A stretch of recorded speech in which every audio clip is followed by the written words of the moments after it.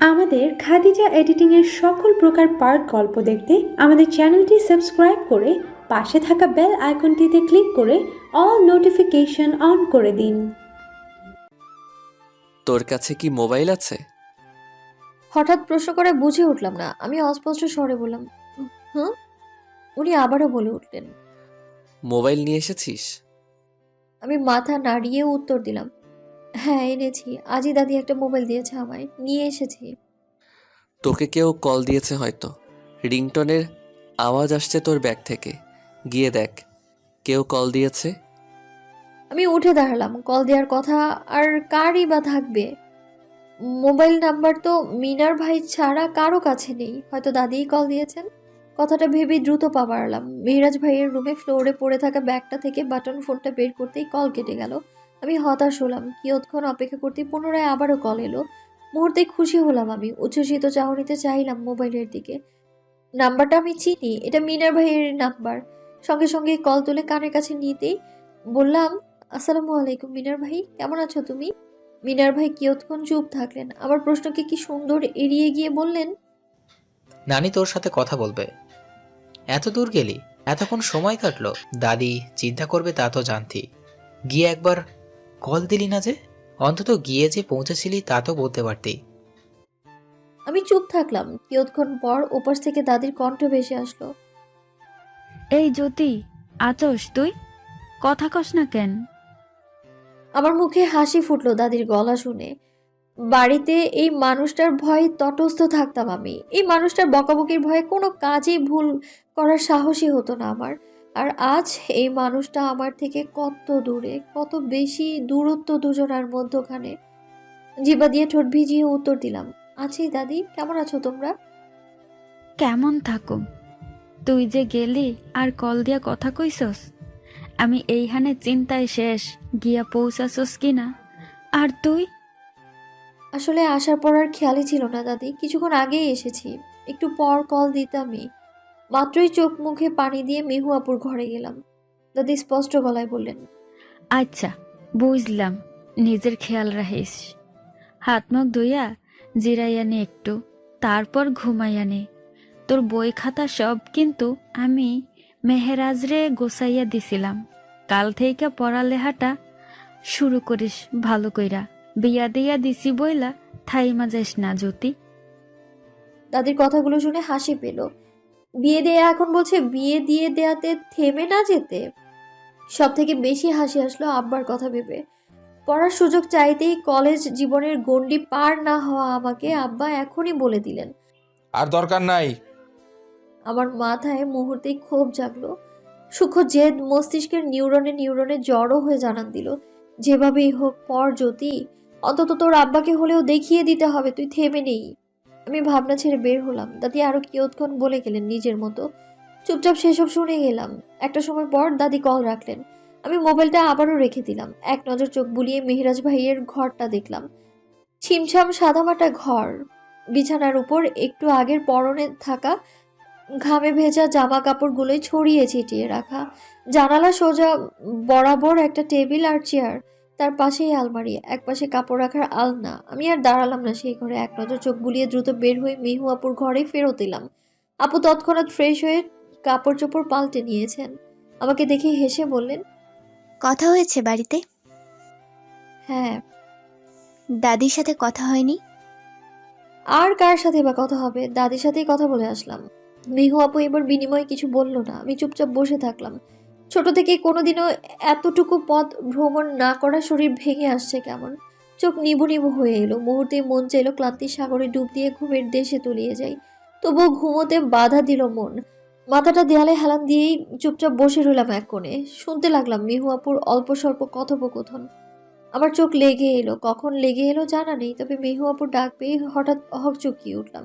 বুঝলাম যে ঘুমিয়ে গিয়েছিলাম। মিহু আপু তারা নিয়ে বলে উঠল, এই জ্যোতি, ওঠ ওঠ, ভাইয়ের নাকি রান্না করা শেষ, খেতে ডেকে গিয়েছে এক্ষুনি। আমি অতি কষ্টে চোখ মেলে চাইলাম। মিহু আপুকেও খাটের এক কোণে হেলে দুলে শুয়ে থাকতে দেখে চোখ ছোট হয়ে গেল আমার। তার মানে আপুও ঘুম দিয়েছে, কিন্তু হঠাৎ জেগে ওঠার কারণ কি? ভ্রুজোড়া কুঁচকে নিয়ে বললাম, আপু ঘুমাই, সত্যি খুব ঘুম পাচ্ছে। অ্যালার্ম বেজেছে আরো 10 মিনিট আগে। এখন 11টা বাজে। ভাইয়া রান্না শেষ করে নির্ঘাত 3বার ডেকে চলে গিয়েছে। আমি বোধহয় শেষবারই শুনতে পেলাম সেই ডাক। আমি কথার আগামাথা বুঝলাম না, ক্লান্ত গলায় প্রশ্ন ছুড়লাম, মানে? আপু উঠে বসে বললেন, আরে সন্ধ্যায় তো কিছু খাওয়া হয়নি, রাতের খাবার খাবি না? সীমা আপাকে তো বলেছিলাম আমরা গ্রামে থাকবো কয়েকদিন, তাই আপাও আসেনি। প্রায় সময় সীমা আপা না থাকলে রান্নাটা ভাইয়াই করে। আজও ভাইয়াই রান্না করেছে। তখন তোকে কল আসার কথা বলে রান্না করতে রান্নাঘরে ঢুকলো তো, এখন রান্না শেষ করে ডেকে গেল। আমি হতবিহ্বল চোখে চেয়ে থাকলাম। মেহরাজ ভাইয়ের রাগ রাগ চোখ আর জেদ জেদ চেহারায় কখনো মনেই হয়নি উনি রান্নাও করতে পারেন। আচ্ছা, এত দূর ভ্রমণ করে উনি ক্লান্ত হননি? আমার যেমন শরীর ভেঙে আসছে, ওনারও কি একই অবস্থা না? তবুও রান্না করতে লেগে গেলেন। মেহু আপুর কথা আসলেই সত্যি, সত্যি উনি দায়িত্ববান। আমি চুপচাপ সব ভাবলাম এসব। মুহূর্তেই অন্য চিন্তা মাথায় আসলো। ঘুমে বেঘোর থাকা আমি ঠিক কোন অবস্থায় ছিলাম যখন মেহরাজ ভাই ডেকে গেল? এতটা ঘুমে বেঘোর ছিলাম যে ডেকে যাওয়ার পরেও আমি ঘুমিয়ে আছি। আমার অস্বস্তি হলো, তবুও নিজেকে স্থির করলাম। কপালে আসা অগোছালো চুল কানে গুজে হঠাৎ সোজা হয়ে বসে উঠলাম। চোখে মুখে পানি দিয়ে এসে ঠাই আবারও বসতেই মেহরাজ ভাই রুমে আসলেন। মিহু আপু তখন ওয়াশরুমে। আমি একবার ওনার দিকে তাকিয়ে নজর সরাতেই উনি বলে উঠলেন, মেহু কোথায়? বেলকনিতে? আমি গলা ঝাড়লাম, পরিষ্কার গলায় উত্তর দিলাম, না, মেহু আপু তো ওয়াশরুমে। মেহরাজ ভাই চুপ থাকলেন, কিয়ৎক্ষণ দাঁড়িয়ে থেকে কিছু না বলে চলে গেলেন। আমি মিনমিনে চোখে চেয়ে থাকলাম। কিয়ৎক্ষণ পর মেহু আপু বের হয়ে টেনে নিয়ে আসলো বাইরে। খাবার টেবিলে চেয়ার টেনে বসাতেই আমি অবাক হয়ে চাইলাম। টেবিলের উপর পাশে মেহরাজ ভাই টান টান মুখ নিয়ে বসে থাকলেন, কপালে ভাঁজ। আমি তাকালাম না আর। মেহু আপু খাবার বেড়ে প্লেটে রাখতে ব্যস্ত হলেন। তখনই মেহরাজ ভাই কাট কাট গলায় বলে উঠল, জ্যোতি, তোর বই খাতা সব আলাদা ব্যাগে আছে, গ্যাপ দিস না। দাদি বারবার করে বলে দিয়েছিল বিষয়টা। পরে সব দোষ আমার উপরই উঠবে। এমনিতেও অনেক কথাই উঠেছে আমার নামে, অনেক কিছুই রটে গিয়েছে। আমি বিনিময় কিছুই বললাম না। বুঝেই উঠলাম না মেহরাজ ভাইয়ের কণ্ঠে শাসন নাকি রাগ, নাকি সব রটনার জন্য অস্পষ্টভাবে আমাকেই দায়ী করলেন। খাওয়া শেষ হতেই মেহরাজ ভাই উঠে পা বাড়ালেন নিজের ঘরের দিকে। আমি আর মেহু আপু তখনও টেবিলে খাবার নিয়ে বসা। কিছুক্ষণ পর খাওয়া শেষ হলো। মেহু আপু থালা বাসনগুলো রান্নাঘরে নেওয়ার জন্য হাতে তুলতেই উঠে দাঁড়ালাম আমি। বললাম, আমিও নিয়ে যাই কিছু, দুজনে মিলে করলে তাড়াতাড়ি হয়ে যাবে আপু। আপু হাসলেন, বললেন, তুই ছোট মানুষ, পারবি? আপুর কথা শুনে হাসি পেল, কিন্তু হাসলাম না। উত্তরে বললাম, বাড়িতে এত কাজ করতাম, কখনো দেখোনি আপু? রান্না বান্না থেকে সবই তো করতাম, তোমার কি মনে হয় পারবো না?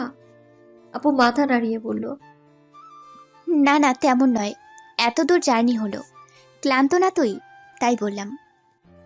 আমি কিছু বললাম না বিনিময়ে। আপুর সাথে সাথে হাতে কিছু প্লেট বাটি তুলে নিয়ে রান্নাঘরে গেলাম। কিয়ৎক্ষণ পর দুজনে সব ধুয়ে গোছগাছ করে বেরিয়ে আসলাম।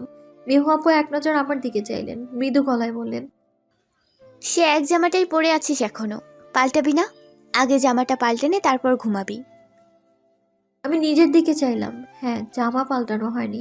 ব্যাগের কথা মনে পড়তেই ধীর পায়ে পা বাড়ালাম মেহরাজ ভাইয়ের ঘরের দিকে।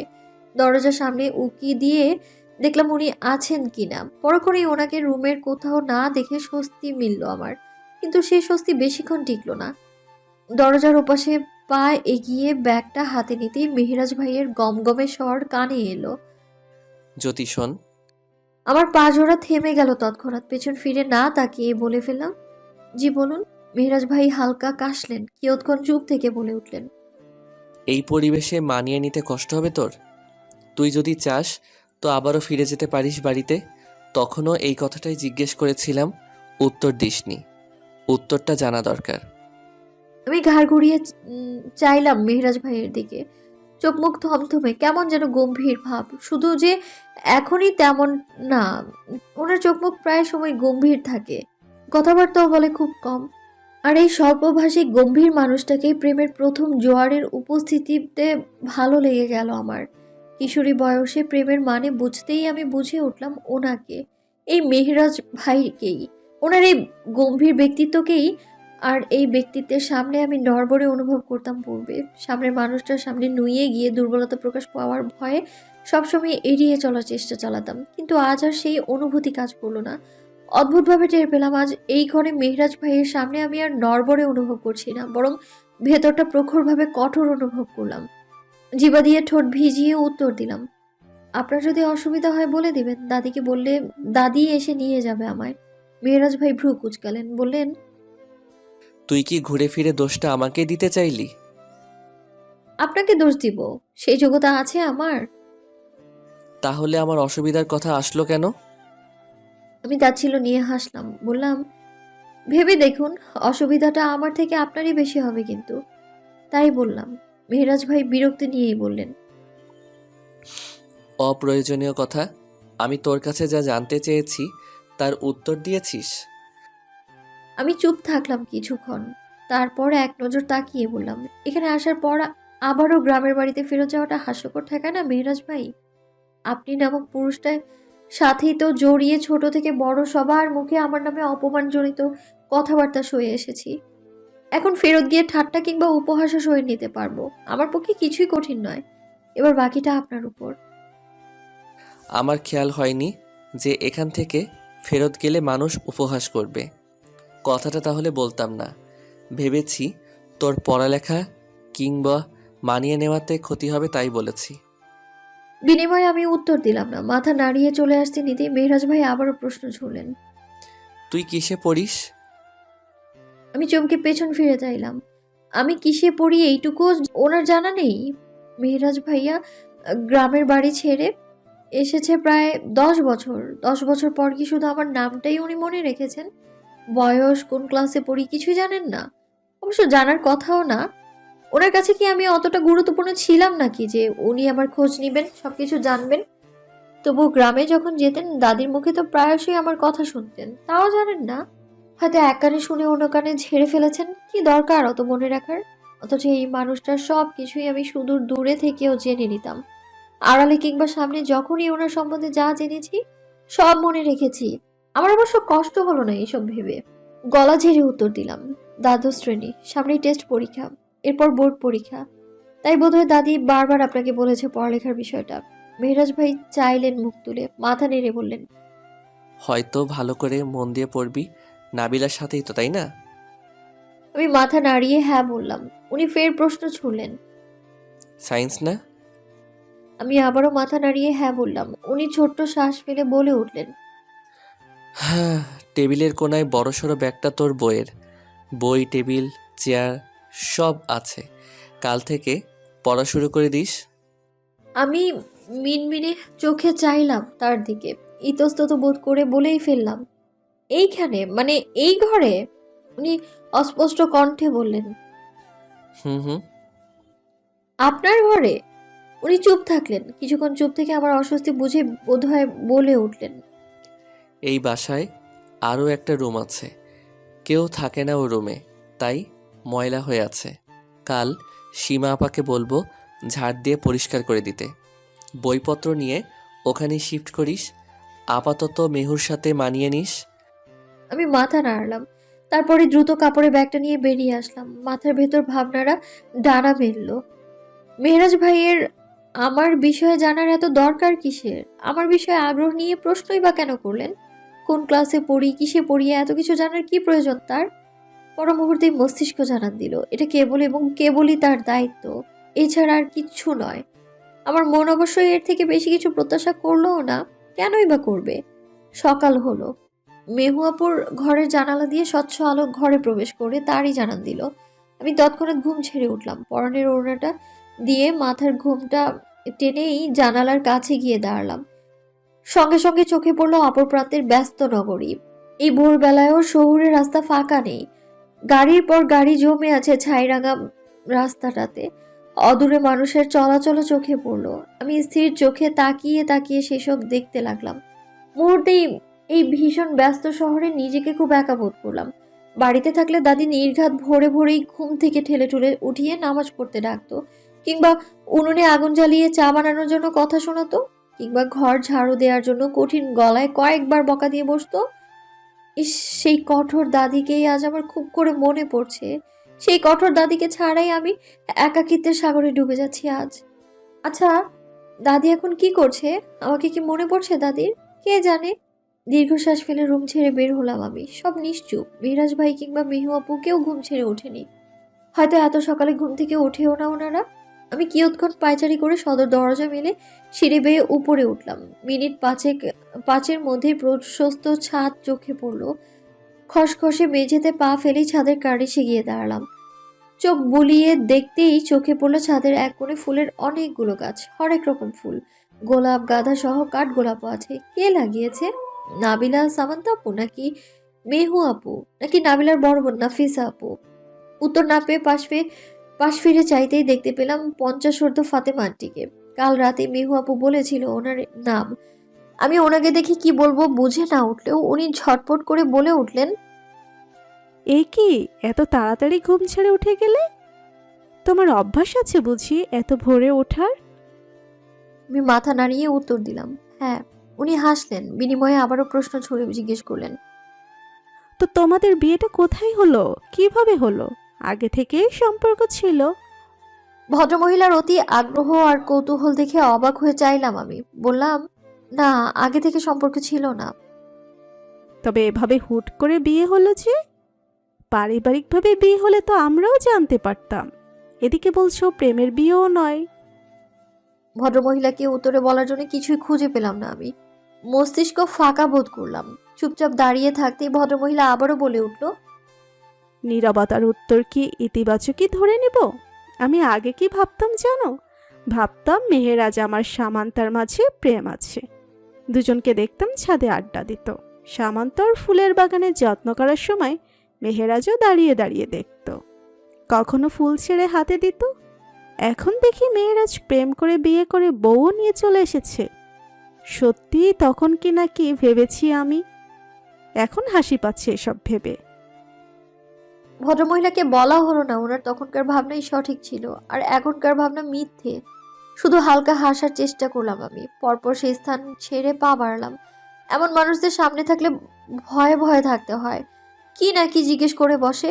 আমি স্বল্প ভাষার মানুষ। পরে ভদ্রমহিলার বিশাল বিশাল প্রশ্নের উত্তর হিসেবে বিশাল বিশাল কথা কোথায় খুঁজে পাবো আমি? তার থেকে সরে আসাই ভালো। বেলা 11টার সময়ই সীমা আপা নামক মানুষটার আগমন ঘটলো। মেহরাজ ভাই তখন বাইরে আর মেহু আপু আমাকে ওনার পরিচয় দিয়েই তড়িঘড়ি করে ঘরে গেল মোবাইলের রিংটোনের আওয়াজ পেয়ে। আমি চোখ মেলে চাইলাম সীমা আপার দিকে। মাথার চুলে পাক ধরেছে, গায়ের রং আমারই মতো চাপা, পান খাওয়া ঠোঁট জোড়া লাল টকটকে দেখালো, এমনকি দাঁতগুলোও পানের লালচে রঙের কারণেই বিচ্ছিরি দেখালো। তবুও কেন জানি না ওনার ছটফটে স্বভাব আমার ভালো লাগলো।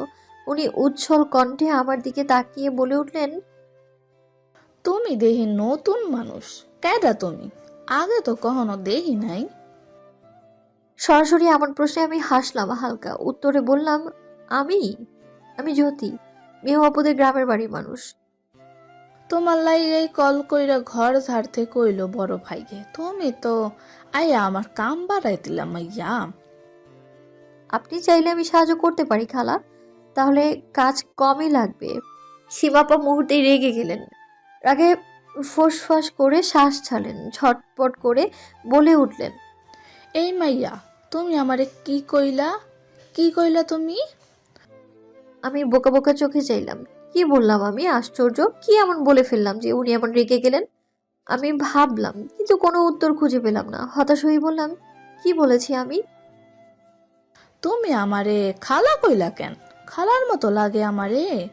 আমারে আপা কইবা, সীমা আপা। বয়স আর কত দূর আমার। আমি ছোট্ট নিঃশ্বাস ফেললাম।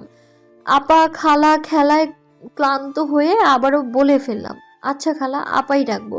সীমাপা আবারও রাখলেন, বললেন, আবারও কয় খালা, কও সীমা আপা।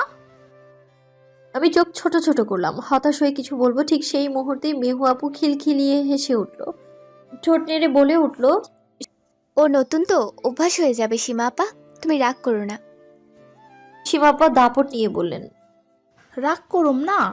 তোমারে মেহু আপা না কইয়া মেহু খালা কইয়া ডাকলে কেমন লাগবো? আচ্ছা, আর বলবি না।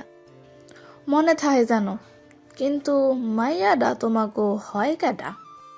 মেহু মৃদু গলায় উত্তর দিল। ও আমার ভাবি হয় সম্পর্কে, তবে এমনিতেই বনি হয়। সীমাপা বুঝলেন না, ভ্রু কুচকে চেয়ে বললেন, কি কও? মেহু আপু ক্লান্ত চোখে তাকালেন, বললেন, তুমি অত সব বুঝে কি করবে? জানুম না তাই বইলা? ভাবি কাকে বলে? ভাইয়ের বউ। যদিও আমার ভাইয়ার বউ হয়েছে।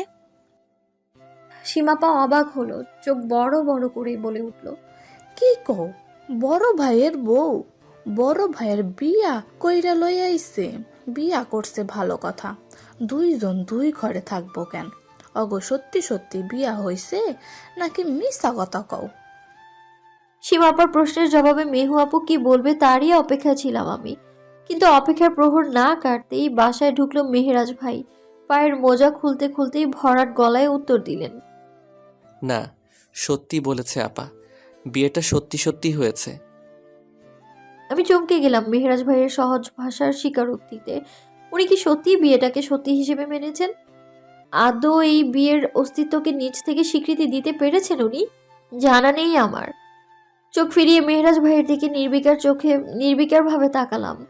উনি আবারও বললেন, পশ্চিমের রুমটায় ময়লা হয়েছে, অনেক দিন ও ঘরে যায় না কেউ। ধুলো ময়লায় বোধহয় ও ঘরের অবস্থা বিচ্ছিরি রকম হয়েছে, তাই একটু পরিষ্কার করে দিতে বলেছি আপা। এবার সে ঘরে থাকবে না থাকবে এসব ভাবা কি আপনার জন্য অতি জরুরি বিষয় আপা? মেহেরাজ ভাইয়ের কণ্ঠে কি ছিল কে জানে। সীমাপা একদম দমে গেলেন। সেকেন্ডেই তার দাপট দেখানো মুখ চুপসে গেল। পা জোড়া চালিয়ে দ্রুত সরে গেলেন সেই জায়গা থেকে। আমি অবাক হলাম, মেহেরাজ ভাইকে এতটা ভয় পায়? অবশ্য ভয় পাওয়ারই কথা। ওইরকম গোমরা মুখ আর গম্ভীর কণ্ঠ শুনে ভয়ে তটস্থ থাকা ছাড়া আর কি বা উপায় আছে? তখন সন্ধ্যা। কিয়ৎক্ষণ আগেই সামান্তা আপুরা আর নাবিলারা সবাই বাসায় ফিরেছেন। বেলকনিতে বসে সেই সবই বলাবলি করছিল মেহু আপু। হঠাৎই বার কয়েক কলিং বেলের আওয়াজ পেয়েই আমি আর মেহু আপু ছুটে গেলাম। আমরা পৌঁছানোর আগেই সেখানে উপস্থিত হলেন মেহেরাজ ভাই। এতক্ষণ ঘরেই ছিলেন উনি। বোধহয় এতবার কলিং বেলের আওয়াজ হওয়াতেই এগিয়ে এসে দরজাটা খুললেন। মুহূর্তেই চোখে পড়লো এক বিধ্বস্ত রমণীকে। রমণীটি আর কেউ নয়, সামান্তা আপু। ওনার লম্বা চুলগুলো এলোমেলো হয়ে পড়ে রইল মুখে। ফর্সা মলিন মুখ দেখালো তার। ফোলা চোখ জোড়া ও নিভু নিভু। আমি এক নজর তাকিয়ে কষ্ট অনুভব করলাম।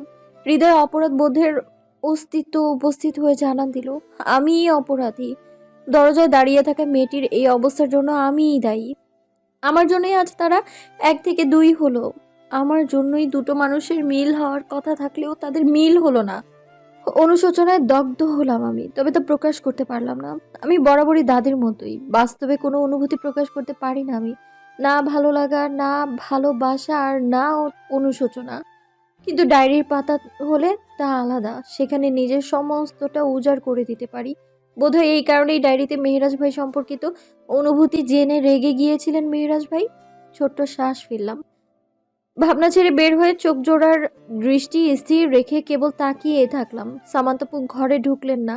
মেহেরাজ ভাইয়ের দিকে হতবিহ্বল চাহনিতে কয়েক সেকেন্ড তাকিয়ে থেকেই ঝট করে নজর সরালেন। অন্যদিকে তাকিয়ে নিখুঁতভাবে উপেক্ষা করলেন মেহেরাজ ভাইকে।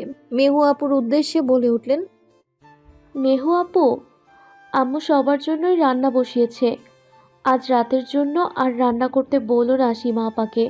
আম্মু সবাইকেই খেতে বলেছে বাসায়। সামান্তাপু ওনার বাবা মায়ের একমাত্র মেয়ে। ছোটবেলা থেকে শহরে বড় হয়েছেন। আদব কায়দা, কথাবার্তা, শিক্ষা সবকিছুতেই আমার থেকে এগিয়ে, এমনকি রূপ কিংবা সৌন্দর্যের দিক দিয়েও। সেই হিসেবে আমি বড্ড অযোগ্যই মেহেরাজ ভাইয়ের জন্য। অনেকটা বাদরের গলায় মুক্তোর মালা প্রবাদটার মতোই বোধ হলো এই অবস্থাটা। আমার নিজের উপর অভিমান হলো। এভাবে যোগ্যতা ছাড়া অন্য একজনের গলায় বোঝা স্বরূপ ঝুলে পড়া বোধহয় একদমই উচিত হয়নি আমার। অন্তত যোগ্য মানুষটাকে যোগ্য কেউই পেত, সুখে থাকতো। দিন শেষে কি আমায় অযোগ্য বিশেষণটা বয়ে বেড়াতে হতো তাহলে? লম্বা দীর্ঘশ্বাস ফেলে মেহেরাজ ভাইয়ের দিকে তাকালাম। টান টান গম্ভীর মুখে একরাশ বিষাদের ছোঁয়াই কেবল, যেন হতাশায় তার ভেতরটা কুড়ে কুড়ে খাচ্ছে। তার স্পষ্ট ছাপ চোখে মুখে। এটা অবশ্য অস্বাভাবিক নয়। এত বছরের প্রেম, এত বছরের মনের মানুষ ছাড়া ছেড়ে আসা কি এতটাই সহজ? কষ্ট হবে না? হবে তো। আমি খুঁটিয়ে খুঁটিয়ে দেখতে লাগলাম মেহেরাজ ভাইয়ের মুখ চাহনি। চোখ জোড়ায় হয়তো প্রেয়সীর জন্য অভিমানও খেলা করলো। বোধ হয় সেজন্যই চোখ জোড়া রক্তিম দেখালো। মেহরাজ ভাই মুহূর্তেই নীরবে প্রস্থান করলেন সেই স্থান থেকে।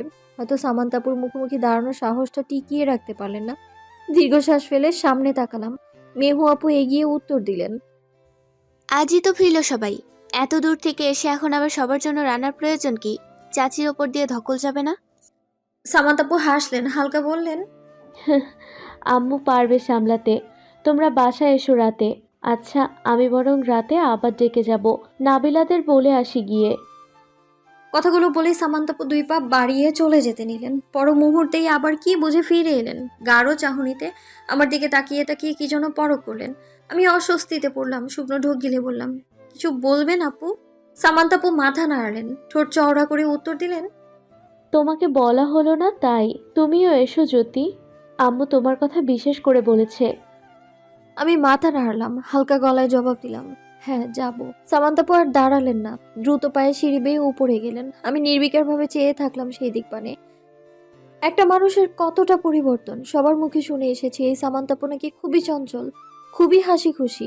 আজ আমি তার মুখে এক ফোঁটাও হাসির রেশ দেখলাম না, একটুও চঞ্চলতা দেখলাম না। সব কি আমিই কেড়ে নিলাম?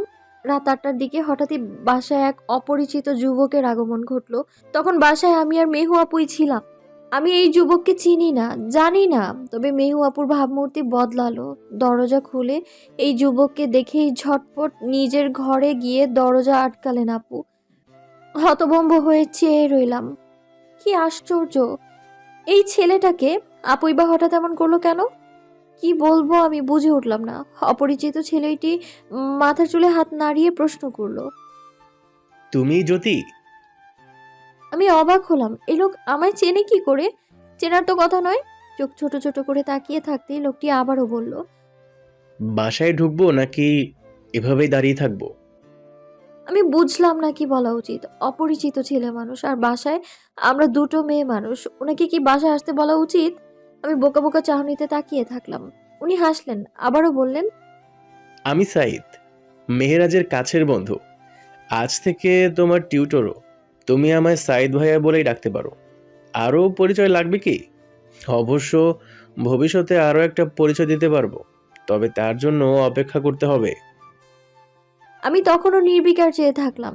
কি বলা উচিত মাথায় এলো না। কিয়ৎক্ষণ চুপ থেকেই বললাম, আসুন। কথাটা বলে এই দিক ওই দিক চাইলাম। মেহু আপু এখনো ঘরের ভেতরে। সাইদ ভাই নামক লোকটিকে বসার ঘরে বসতে বলেই ধীর পায়ে মেহু আপুর ঘরের সামনে গেলাম। দরজায় টোকা দিয়ে বললাম, আপু, মেহু আপু, ঠিক আছো তুমি? মেহু আপু কিয়ৎক্ষণ সময় নিলেন, তারপর একদম ঠিকঠাক ভাবে ঘর ছেড়ে বের হলেন। তবুও চোখ মুখ অস্থির দেখালো। আমি বুঝলাম আপু কেঁদেছেন, কিন্তু কেন? লোকটাকে দেখে কাদার কি আছে? বুঝলাম না আমি। আপু ঠোঁট চওড়া করে বলে উঠলেন, উনি সাইদ ভাইয়া, ভাইয়ার বন্ধু। সপ্তাহে 3 দিন রাত 8টায় পড়াবে তোকে। মাত্রই কল করে ভাইয়া জানালো বিষয়টা। তোর পড়ার টেবিল গোছানো হয়েছে নাকি বইগুলো এখনো বড়সড় ব্যাগটার ভেতরেই? আমি ছোট্ট শ্বাস ফেললাম। দাদি, মেহরাজ ভাই সকলেই পড়ালেখায় গ্যাপ না দিতে বললেও আমি আজ সারাদিন বই ছুঁয়েও দেখিনি। এমনকি বইগুলো ব্যাগ থেকে বেরও করা হয়নি। দুপুর পর্যন্ত ওই ঘরটা ঝাড়গোছ করতে করতেই কেটেছে। তারপরে সময়টা মেহু আপুর সাথেই কেটেছে। এত কিছুর মাঝেই এত বই টইয়ের কথা মাথাতেই এলো না। ছোট ছোট চোখে তাকিয়ে বললাম, শুধু রুমটাই গোছানো হয়েছে আপু, বইপত্র কিছুই এখনো ব্যাগ থেকে বের করা হয়নি। ঠিক আছে, তাড়াতাড়ি বই বের করে আমি আর তুই মিলে পড়ার টেবিল গুছিয়ে ফেলি চল। উনি বরং 5-10 মিনিট বসার ঘরেই বসুক। কথাটা বলেই হাত চেপে নিয়ে গেলেন সেই ঘরে। পড়ার টেবিলে দ্রুত বইপত্র গুছিয়ে দুপাশে চেয়ার ঠিক করে রেখে গেলেন আপু। আমার দিকে তাকিয়ে বলে উঠলেন, উনি টিচার হিসেবে ভালো, অন্য টিচারদের মতো ভয় পেতে হবে না। ভালো করে পড়বি জ্যোতি। আমি চাই তুই অনেক বড় হ, অনেক ভালো রেজাল্ট আসুক তোর। আমি ক্ষীণ দৃষ্টিতে তাকালাম। বুকের ভেতর পরীক্ষা নামক ভয় বাসা বাঁধলো। আসলেই তো অত ভালো রেজাল্ট কি আসবে? দাদি, মিনার ভাই, মেহরাজ ভাই, মেহু আপু, এত এত জনের আশা পূরণ করতে পারবো আমি? নাকি দিন শেষে এটাই প্রমাণ হবে যে আমি কিছুই না, আমার পড়ালেখার গণ্ডি কিছুই না? আব্বার সামনে কি অবশেষে মুখ থুবড়ে পড়তে হবে আমায়? ভাবতে ভাবতেই সাইদ ভাই নামক লোকটা সামনে এসে বললেন, হালকা হেসে বলে উঠলো, পড়াবো নাকি দাঁড়িয়েই থাকবো? আমি বসলাম। সামনে থেকে বই বের করে আর চোখে চাইলাম ওনার দিকে। মস্তিষ্কে ঘুরলো অন্য প্রশ্ন, সাইদ ভাই আর মেহু আপুর মধ্যে কি সম্পর্ক আছে? সম্পর্ক যদি থাকেও তবে ওনাকে দেখে আপু এমন ছুটে ঘরে গিয়ে দরজাটা কেন লাগালো? আর সাইদ ভাইও কেন আপুকে ছুটে গিয়ে ঘরে দরজা আটকাতে দেখে প্রতিক্রিয়াই দেখালো না কোনো? রাতের খাবারটা খাওয়া হলো সামান্তা আপুদের বাসায়। সামান্তা আপুর আম্মু বরাবরই ভালো মনের মানুষ, প্রায়শই বাড়িতে গেলে আমায় বেশ স্নেহও করতেন। আজও ব্যতিক্রম হলো না, মাথায় হাত বুলিয়ে খাবার বেড়ে দিলেন। যতক্ষণ না খাওয়া শেষ হলো ততক্ষণই পাশে দাঁড়িয়ে থাকলেন। আমি আসার সময় হালকা হাসলাম, দরজা দিয়ে বের হয়ে চলে আসবো ঠিক ওই মুহূর্তেই নাবিলা আর নুসাইবাকে চোখে পড়লো। নাবিলারা 3 বোন। নাফিসা আপুর বিয়ে হয়েছে গত বছরই। বাকি 2 জন নাবিলা আর নুসাইবা। নুসাইবা বয়সের দিক দিয়ে মিথিরই সমান। এতদিনে মিথি বেঁচে থাকলে নির্ঘাত ওর মতোই বেড়ে উঠতো, হাতে পায়ে ওর মতো শরীর হতো। এমন গোলগাল চোখে আমার দিকে তাকিয়ে নিশ্চয়ই হাসতো সে। আমি এক দৃষ্টিতে চেয়ে থাকলাম নুসাইবার দিকে। হঠাৎই নাবিলার কণ্ঠ কানে আসলো।